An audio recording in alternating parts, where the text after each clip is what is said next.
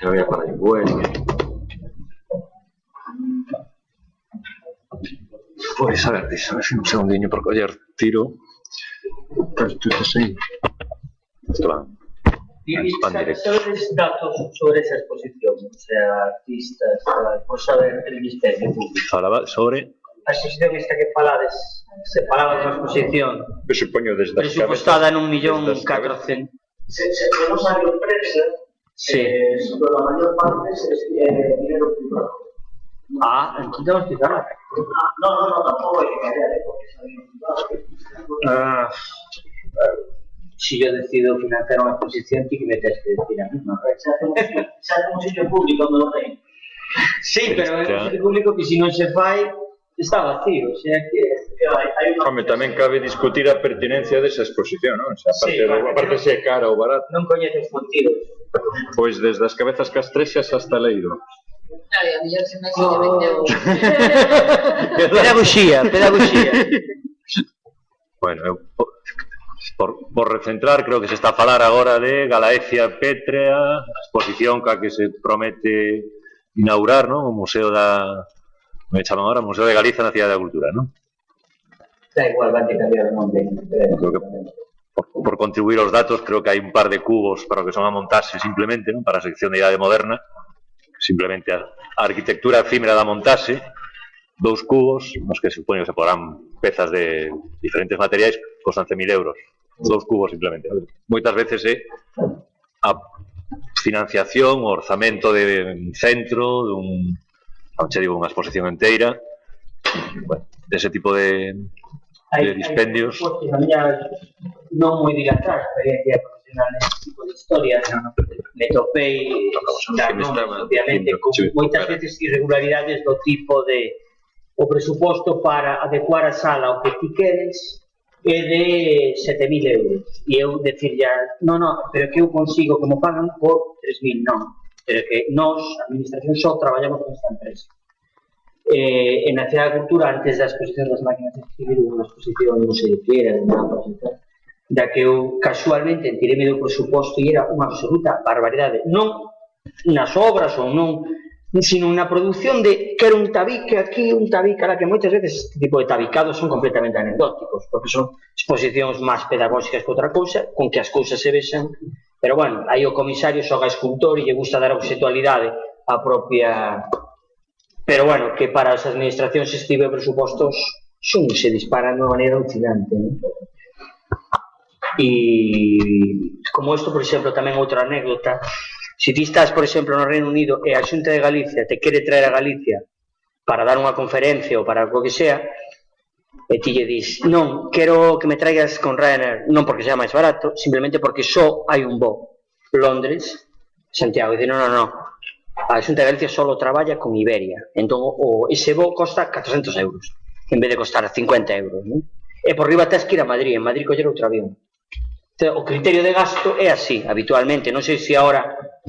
Ahora afinarán un pouco. Afinarán, pero...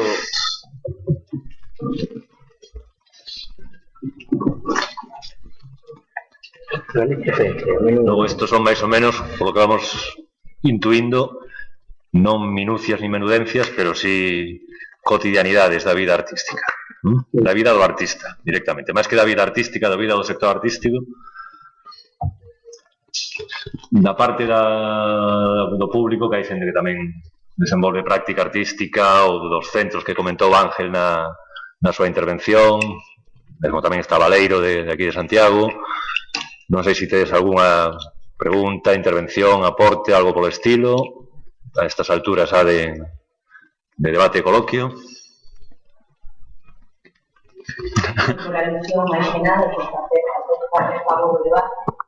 Benvido, Ania. Bueno, que falla? Vale. Nada, simplemente dar as gracias pola mención, que é unha mención que pensamos que debería ser a estas alturas xa estructural, non por nós, nin polo noso proxecto, sino que debería formar parte da revisión do estado da cuestión actual.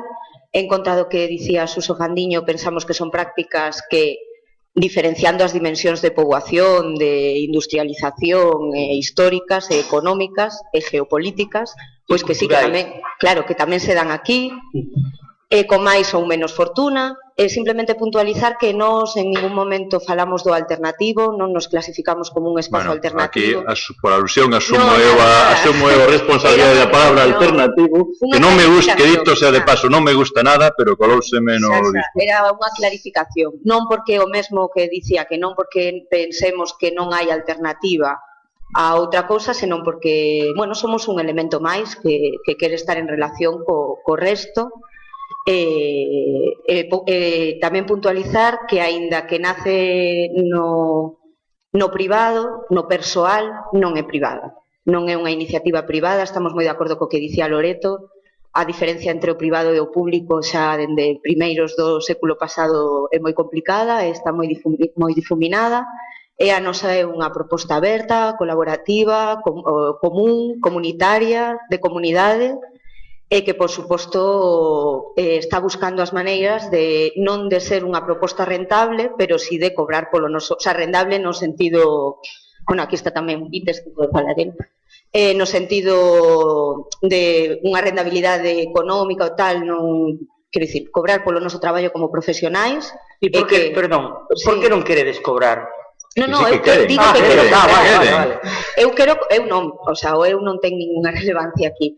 Nós estamos a favor de cobrar como profesionais, pero como calquera outro. Polo traballo profesional que desenvolvemos de difusión, de prensa, de programación, de conceptualización, o mesmo que estades a facer moitos. Iso vai a ser a espina dorsal da vosa supervivencia, así de claro. Bueno, eso definimoslo nós. Hai un catálogo fantástico que sale Miguel Barceló e pone por amor al arte, non? Eso, el amor al arte non funciona, fai que todo se difumine en moi pouco tempo. Hai que profesionalizar. Dende unha iniciativa como a vosa, profesionalizar. Que nós xa somos profesionais desde fai anos. Uns da arte plástica e outros da xestión e ou da abogacía, cada un. O sea, somos profesionais dende o momento que rematamos, dende que empezamos a traballar. Non ten nada que ver con este proxecto. Non o facemos, o sea, facémolo profesionalmente como profesionais, pero non para ser profesionais, non vos equivoquedes. O sea, non. E nada, eran as túas puntualizacións. Gracias.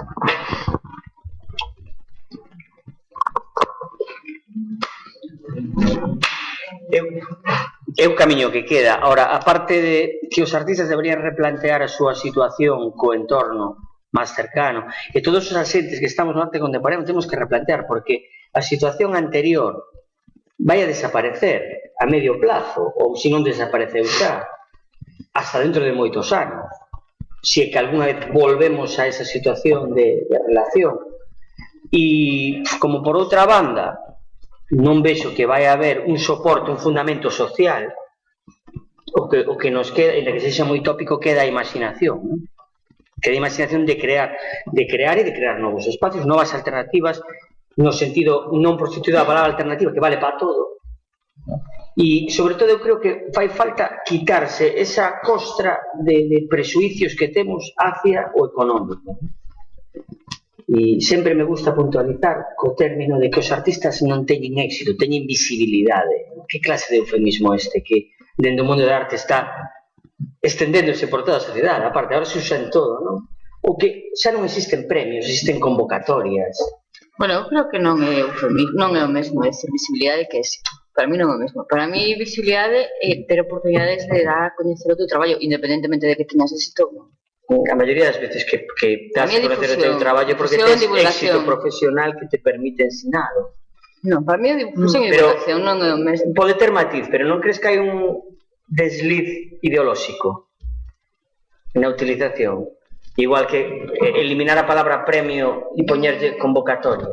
Bueno, eu creo que ten a intencionalidade de que se xogas co visible ou invisible, estás falando de ocultacións, non? Si que desde logo ten unha carga ideolóxica importante, por suposto, e intencional. Ten razón, Suso, que na jerga gremial visibilidade equivale a éxito, non? Na jerga... Hombre, penso que sí, eu creo que entre nós... de moita visibilidade. Na prensa escrita, todo isto é especializada.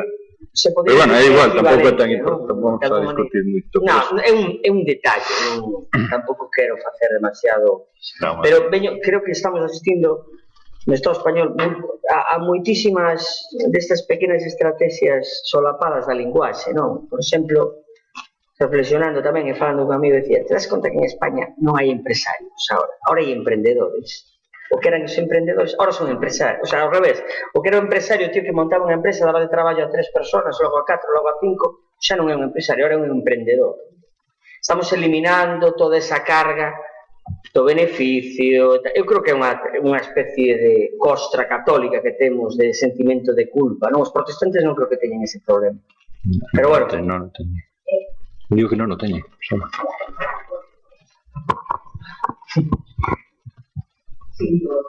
No, pero de eso se trata. É que, de verdad, eu quería decirche, a segunda vez que veo a túa presentación, xa, Suso, o primeiro, que é moi dinámica, aporta un montón de información, pero ideolóxicamente tan perigosa, porque o que ti mesmo, quero dicir, nun bo sentido, con ánimo de debatir o contido e de falar aquí dos temas. Para empezar, a linguaxe que ti estás denunciando dos medios, é a linguaxe que utilizas na túa presentación, que está ben, e pode ser incluso unha ferramenta crítica, non? Claro, que ti podes utilizar o coitelo para cortar un chourizo para matar unha persona. Por suposto. Pero o que quería puntualizar, isto que dicías do empresario, que sea unha costra, é que é unha cousa histórica, lingüística, política e filosóficamente que ten a súa historia dende fai moitísimo tempo. A linguaxe é unha ferramenta de poder e non é que agora ou no eido do arte o tema dos empresarios ou que os artistas teñan un problema especial en recoñecer que queren ser empresas. Eu, personalmente, non o ves, non comparto. Se os artistas non somos pymes, que nos queda? Que somos? Funcionarios? Carai, pero xa hai literatura, hai moitísima literatura, non imos resumir toneladas. O sea, que de verdad, a túa aportación é que se o arte, o sea, mañá podemos nos nosos blogs podemos dicir, Suso Fandiño di, se o artista non é unha pyme, que é o que? Sí. Vale, igual. Decide. Gracias. Pero que me gustaría que me respondera que é o que o artista se non é unha pyme. O artista é un cidadán máis que utiliza outro tipo de ferramenta. Sí, un cidadán máis que utiliza outro tipo de ferramenta de análise da realidade e que ten unha relación específica coa pintura, coa fotografía, cun medio determinado, con todos a vez. Vale, pero todo eso, como falamos todos aquí, creo, estamos medianamente... Estamos queixándonos de que non ten unha retribución, quizá porque non temos un non é unha queixa, é un problema estructural, por suposto. Eu creo que todos vos máis, quero dicir, por idade, por tempo, por adicación e por retribución.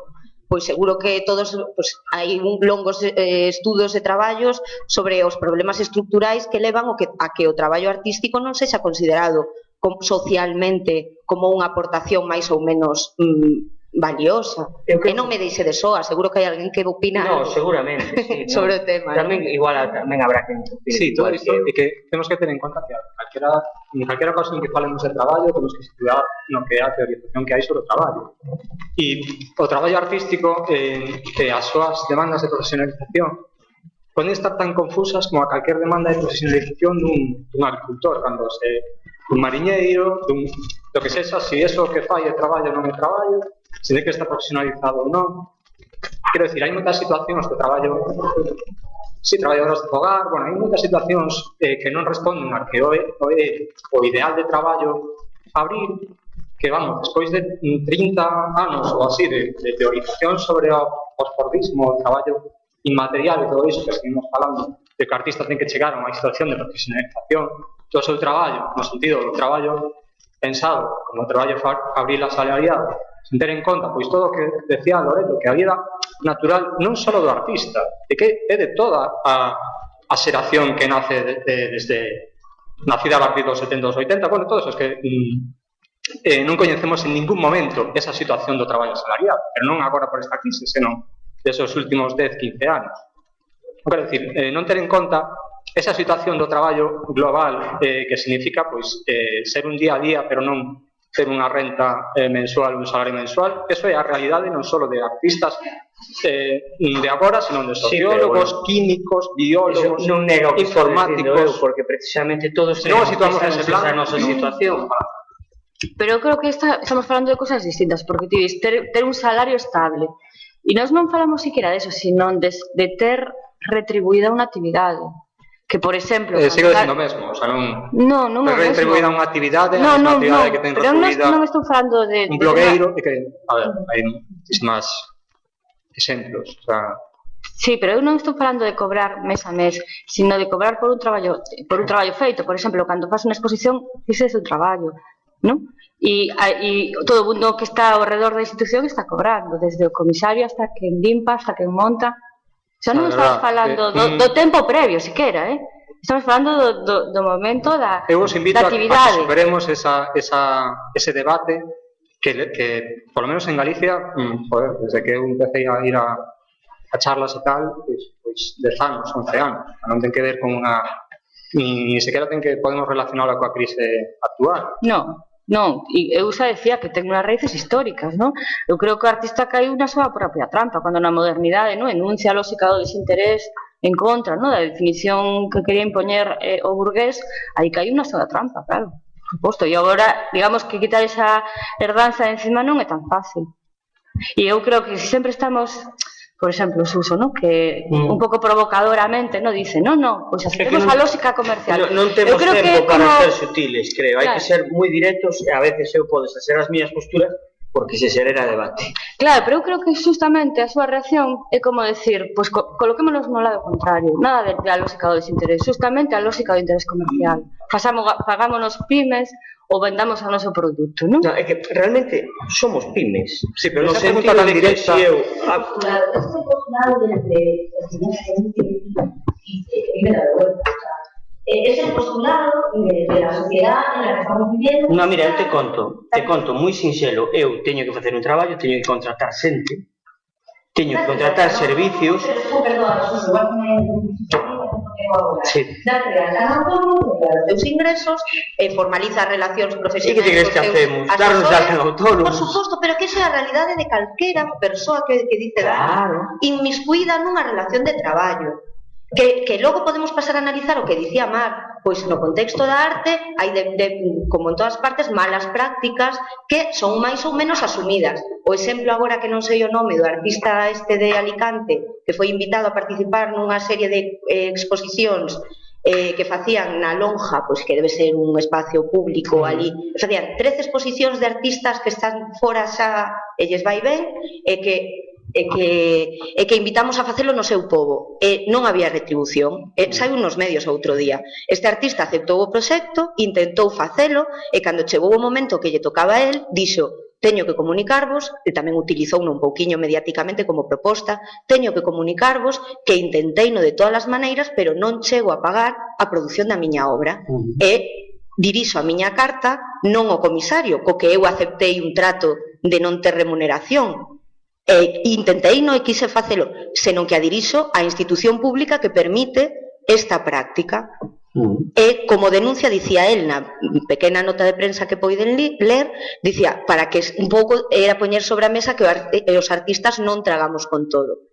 Entón, isto ten que ver co que ti dicías da promesa de éxito, pero que o mesmo non é un problema dos artistas, é un problema dos...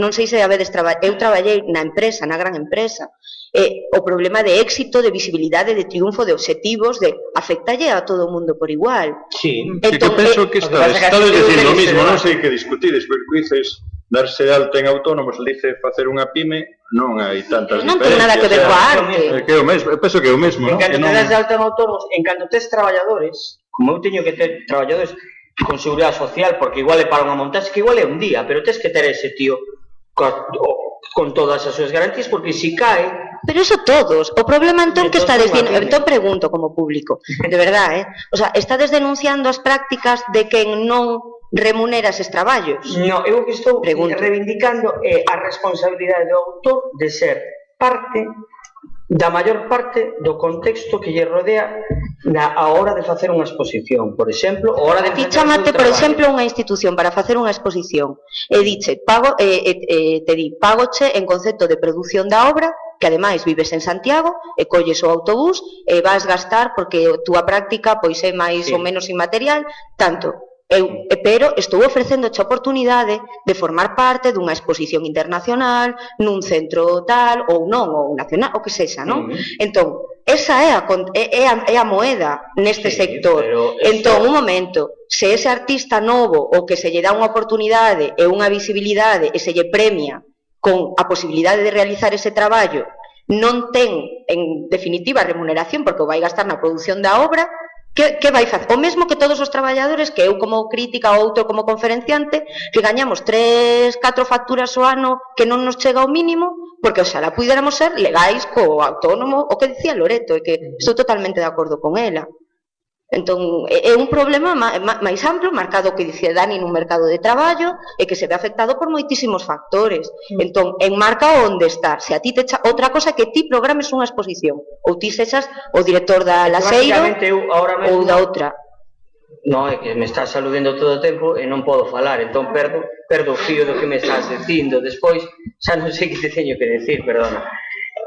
A mí, últimamente, basicamente o que me sucede é que me teño que enfrentar non a institucións, porque non me chaman, desgraciadamente, sino a proxectos onde eu teño que autoxestionar. Esa é a miña situación. Si en vez de que me chamen para un proxecto, me chama unha institución que corre con parte da xestión, é exactamente igual que se chaman a un fontanero e parte do traballo da súa xestión ben feito por a institución de turno. Nese caso, o fontanero non se terá que desplazar ou non terá que facer un tal, pero simplemente porque na nosa, chamarlle profesión é un eufemismo, nesta actividade... E aí te estás contradicindo.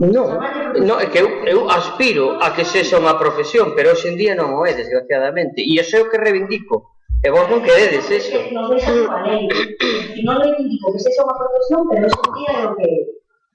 No. Ao revés, dixen que eu reivindico que sexa unha profesión porque hoxe en día non o é. Non o é, é unha situación. É unha situación.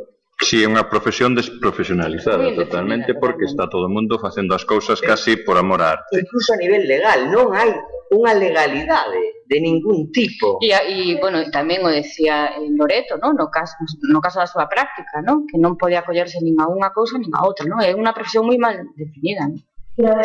Incluso a propia palabra artista é unha palabra ambigua, moi vaga, no? Artista. De que, ¿no? Bisbal. Sí, pode comprender calquera cousa. Non é recoñecida, mas si é unha profesión. Non é recoñecida polo sistema, polo discurso, pola economía, polo... Bueno, en Capis pagaba Hacienda cos cadros, o sea, en determinados casos... Sí, pero claro...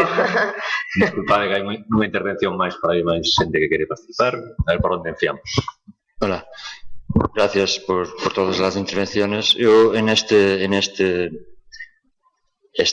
discusión que es complicada de cómo retribuir el trabajo del artista, ya trabajé en contextos diferenciados, en Barcelona, en el centro,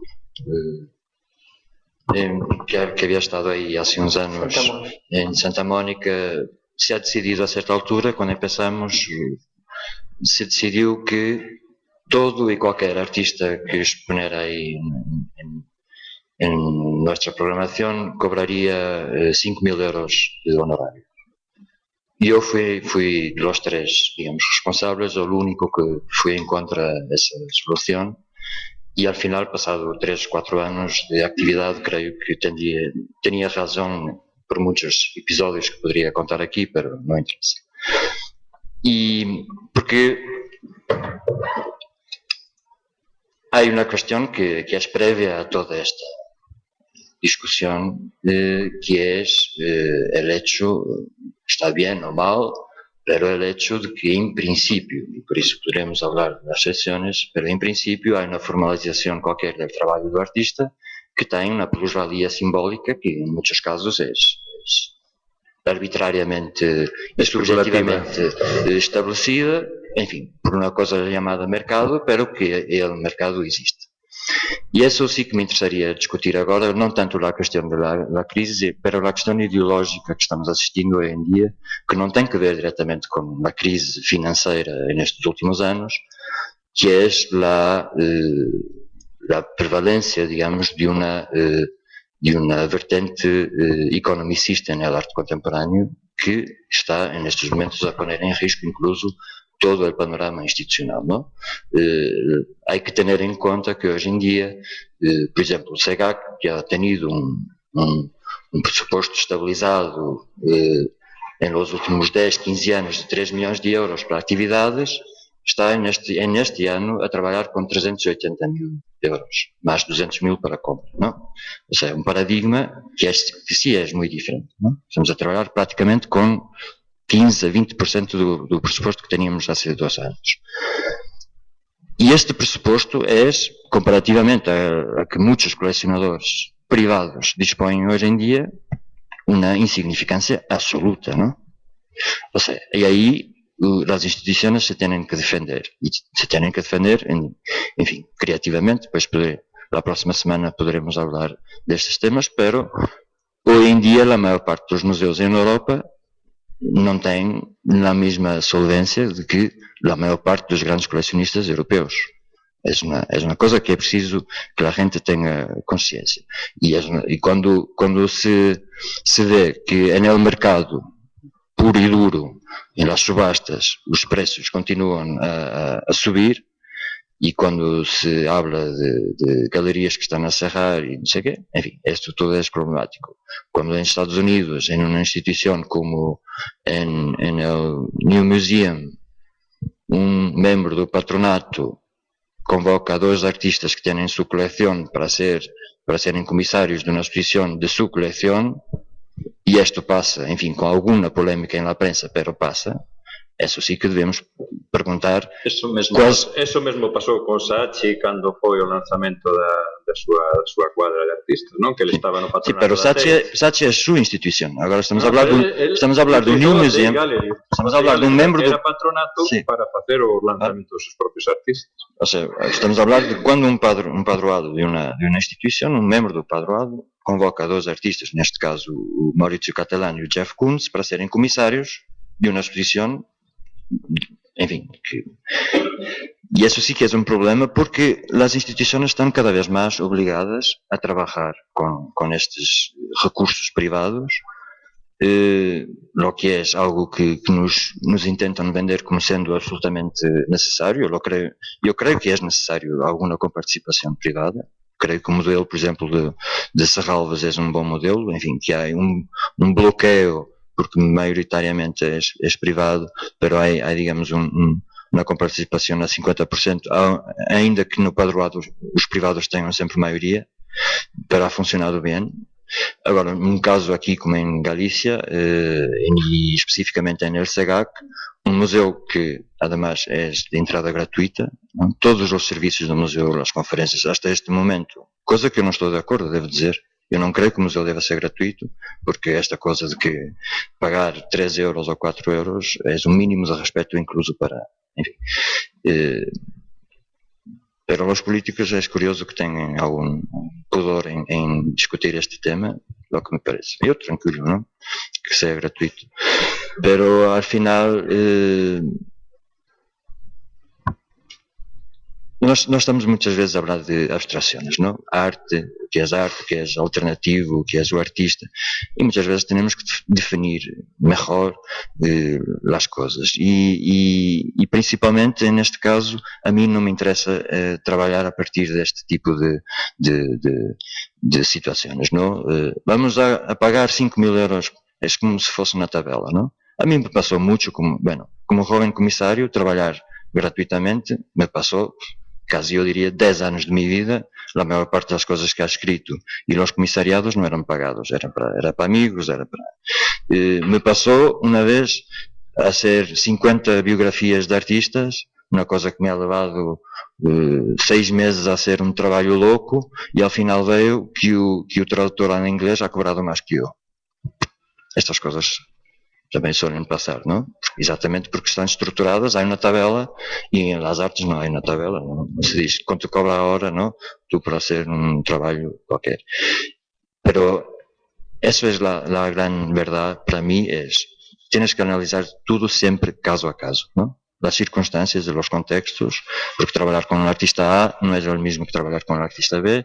O artista A tiene un determinado tipo de práctica que le permite esa mais-valia simbólica a través da venda de una obra, o outro não lo tiene, então tienes que atender essa questão, não? Porque tu dizes, eu estava a comentar com o Seve e com o Suso, hoje em dia, por norma, um jovem artista vende uma fotografia, eu diria, no mercado, com alguma visibilidade, por 2.500 euros, não? Digamos, edição de 5, 2.500 euros, é um preço normal. Una imagen, 5, eso da 12.500 euros, ¿no? Para el trabajo todo, ¿no? ¿Y eso qué supone? Ahí ya estás a pagar la producción, estás a trabajar las horas que él ha estado en la calle a fotografar, no sé. O sea, todo ese valor tiene que ver con el trabajo del artista. Entonces, no puedes tratar de la misma forma alguém que sabes que tu, agora no CH que produzimos obras a 2 jovens galegos, que eu me gostaria de comprar para o museu. Dinheiro público, produziu obra. Pouco, pero, enfim, 2.500 euros, mais ou menos, produziu. Imagina, eu agora quero comprar a obra. Dinheiro público para comprar a obra. E ainda ia pagar um FII ao artista? É complicado. Eu decía... Tú decías que un artista, un fotógrafo novo vendía as fotos por canto xeche, por 2.500 ou 5.000, é igual. Nun destos espacios que non alternativos que estuven visitando este venres, estás poñendo un fotógrafo que fai unhas fotos estupendas, as vendía a 50 euros. Quer decir, estamos dando no todo o discurso que tú eches ahora, que estamos tendo aquí, estamos dando por sentado que a vida do artista vai a depender sempre da administración, non? En maior ou menor medida, ou se dá un salto de visibilidade enorme dos grandes coleccionistas internacionais. Digo, porque... ¿Quen?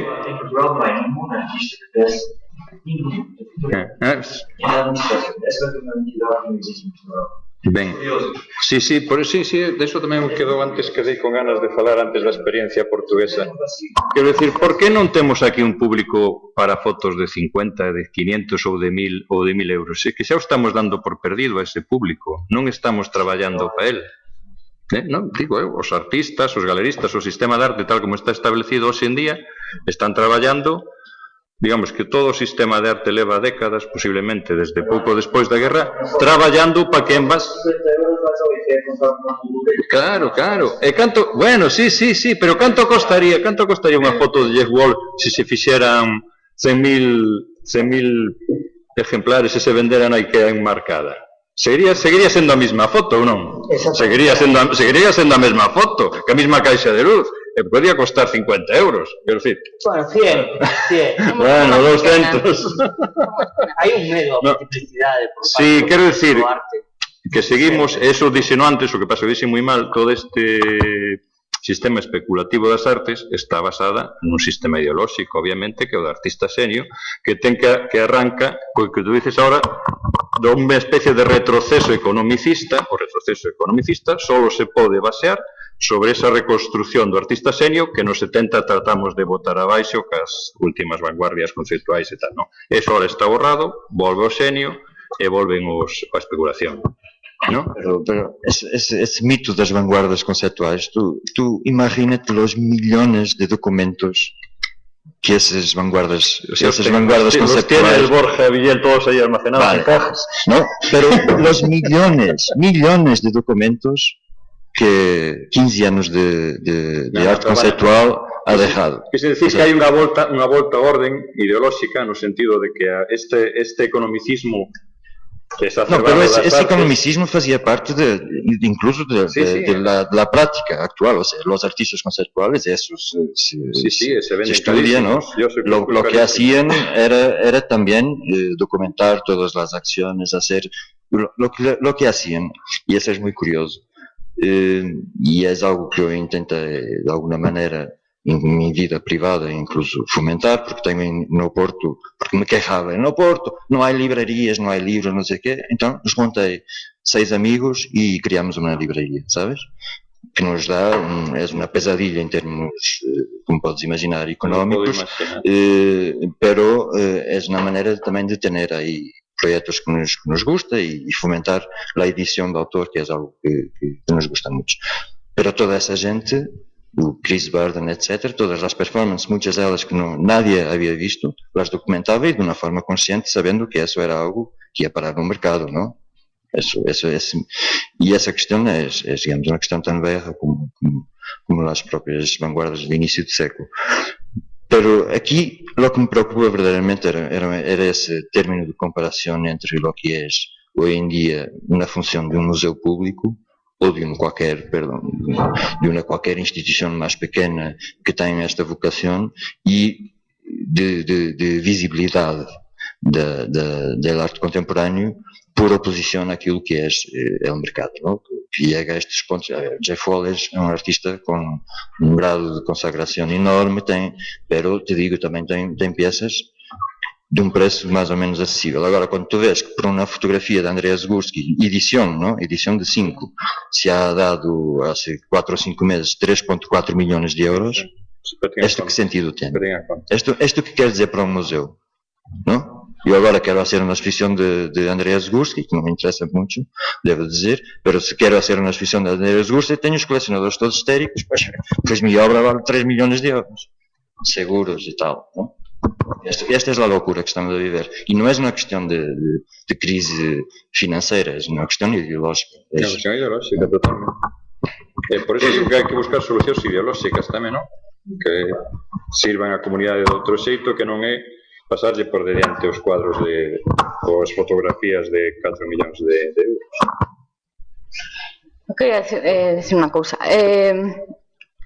Por suposto, ¿no?, que a plusvalía no caso da venta é altísima, ¿no? Incluso non hai perdese, digamos, normalmente, ¿no?, a proporcionalidade, pois, por exemplo, de costes de material, de tempo de traballo.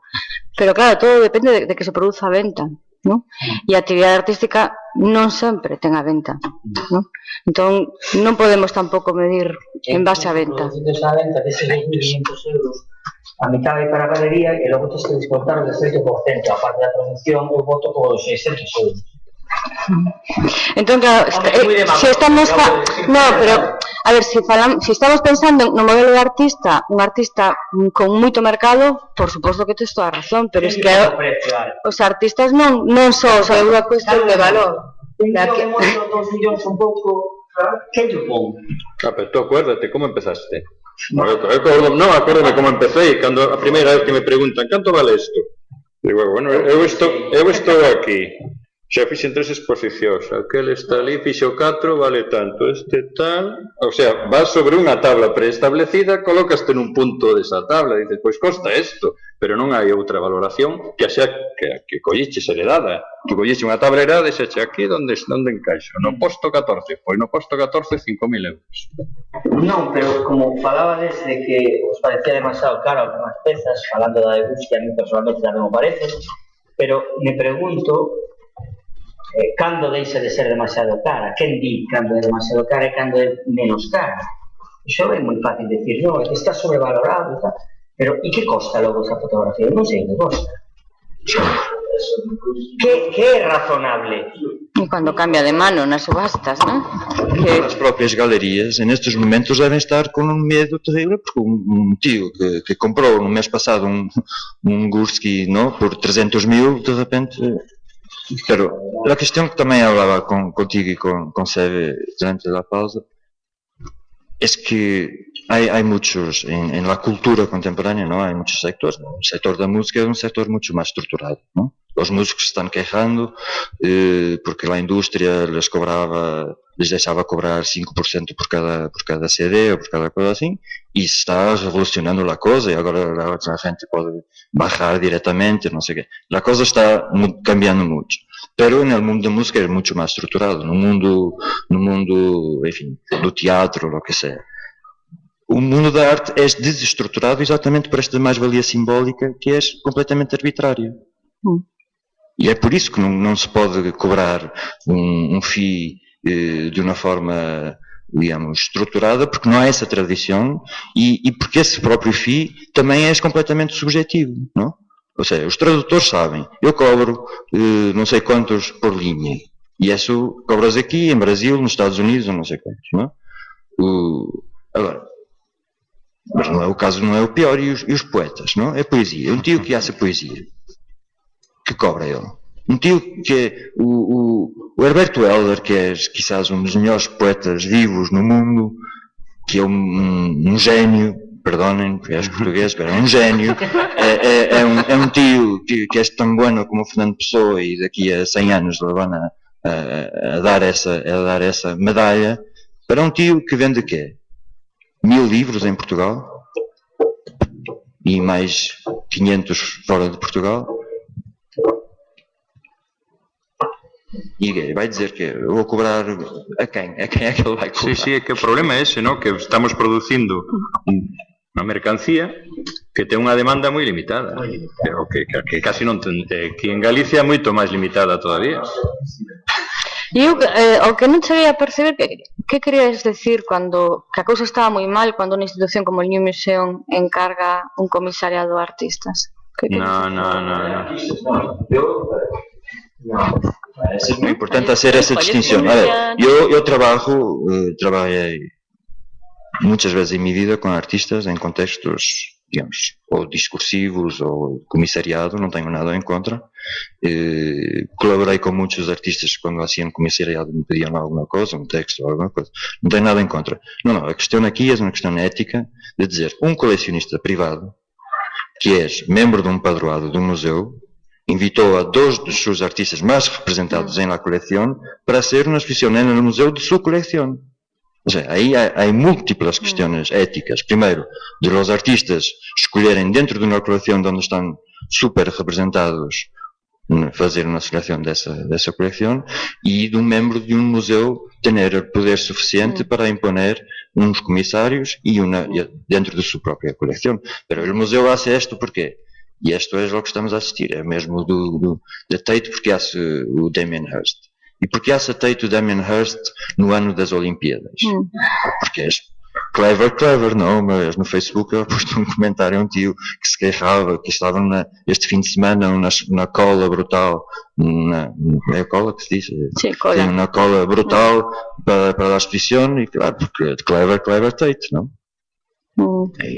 Pero esto es el precio horrible que estamos pagando por esta cuestión, que es una cuestión, como te digo, ideológica de la prevalencia del económico sobre el valor cultural, ¿no?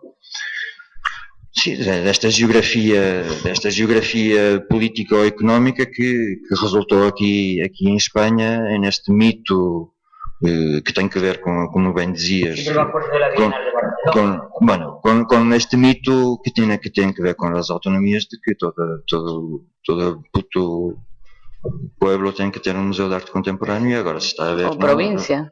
Se está a ver o desastre que és tu... ¿no? Y con una línea de exposiciones igualmente concordante. Eso es lo de menos. Y ahora están... No, pero ahora están... En Huesca, ¿no? Han acessado a la Teresa Huesma, hay unos casos ahí de unos museos que están sin director y están a poner ahí, en fin. Sí. Y eso sí que es un problema. No, los ingleses lo tienen muy claro, para ellos es un producto. Es un producto y su manera de enfocarlo es un producto. Un mes antes de una expo importante en Hayward Gallery, no tiene que ser ni siquiera la Tate, hay un acoso mediático bestial ya.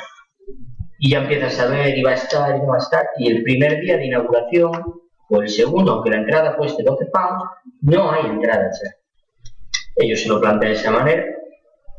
Yo veo que es un sistema deficitario en ciertas cosas, pero también veo que otras alternativas desde lo político, desde el dirigismo, desde una posición más quizá institucional, tampoco son, a mí tampoco me gusta. Quizá creo más en aunque discutamos tanto y tan febrilmente, creo más en lo que hacen ellos, quizá, que me parece no estar ni por un lado ni por el otro, ¿no? Aunque bueno, no lo sé. Es un tema muy confuso, sobre todo en el Estado español, porque en el Estado español las instituciones son pura vanguardia. Entonces, los que son puros retrocesos son los políticos. Sí. Desde mi punto de vista son los políticos. Los que hacen mamotretos, los que llevan a Barcelona a la Bienal de Venecia, son los políticos.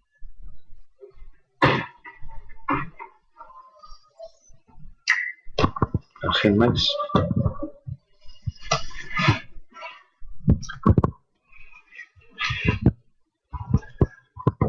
Bueno, pois, queridos artistas, non artistas, autistas, flautistas de Hamelin e demais compañía, temos un imperativo legal que se chama tempo.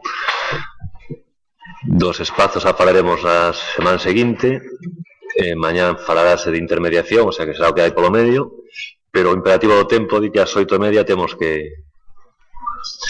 fechar. Non sei se queda alguna cousa moi concreta ou, como xa estamos vendo, son, penso que temas que van a ser por unha parte recurrentes na charla de mañá, na sesión das mañás son intermediacións, institucións o mércores que ven, mercado, galerismo e coleccionismo, que ao mellor é o máis utópico probablemente de todas as sesións, pero probablemente cheguen ata lá pedras que vayan facendo eco, non? Bueno, pois isto foi o arranque. Moitas grazas aos 4 pola vosa presencia, participación, polo esforzo de contar unhas maneiras persoais de como concebir a creación artística e o panorama actual. E a todos vos que viñestedes, aos que xa marcharon e aos que virán, e aos que están do outro lado da pantalla curiosa, pois saúdos, grazas e mañán outra vez. Vale, boa noite.